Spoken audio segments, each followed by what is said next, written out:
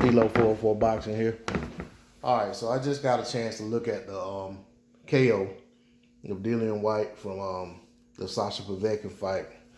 And, you know, I've already made my post-fight reaction based off of listening to the blow-by-blow of Reggie Owens on Boxing Conversation with Reggie Owens. Once again, shout out to Reggie Owens.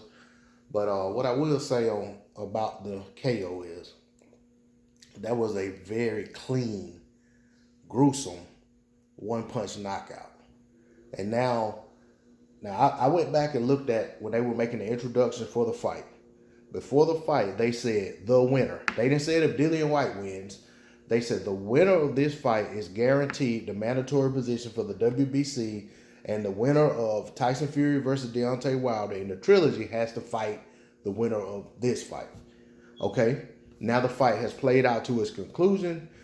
Sasha Povetkin is the winner with a clean knockout, and now all I hear people talking about is a rematch for Dillian Whyte.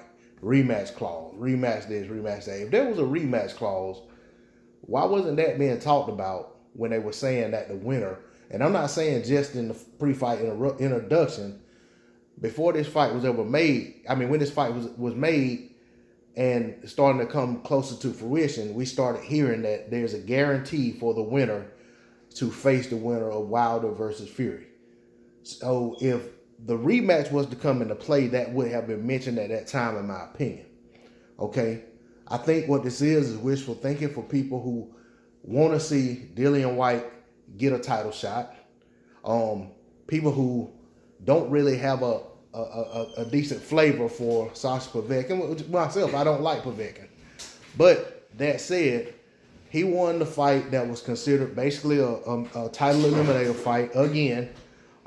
And he deserves to get that opportunity for that fight because he won the fight that was deemed to be the fight for the right to get the title shot. Okay? So that said, Povetkin is in a position to fight the winner of Deontay Wilder and Tyson Fury. And I think that's what should happen unless the winner vacates the WBC title. Then Povetkin should be allowed to fight whoever is the next highest ranked contender for that title. Now, the last thing I want to say on this is, after looking at a KO of that magnitude, the last thing the victim of that KO needs to do is go right back into a fight versus that same fighter. It makes no sense to fight that guy in an immediate rematch after being knocked out in that fashion. I think that's the worst thing he could do. I can understand if it was a stoppage. I can understand if it was, you know, a fight in which that went 12 rounds and it was a decision. But when you're knocked out cold, it wasn't a corner stoppage because of felt like you basically were in a fight you weren't going to win. It wasn't a fight in which, you know, the ref saw enough and just waved it off.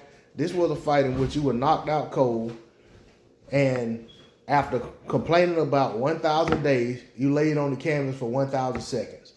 So that said, the next thing for Dillian Whyte needs to be regrouping and figuring out what he can do next. But Sasha Povetkin shouldn't be the opponent for him in his very next fight, in my opinion. Not after that brutal knockout. But if that's what he goes into, best of luck to him. Povetkin is on the decline, so it's not inconceivable that Dillian Whyte could win that fight. Dillian Whyte has a puncher's chance to win that fight. That's all I got to say on the subject. D-Lo 404 Boxing.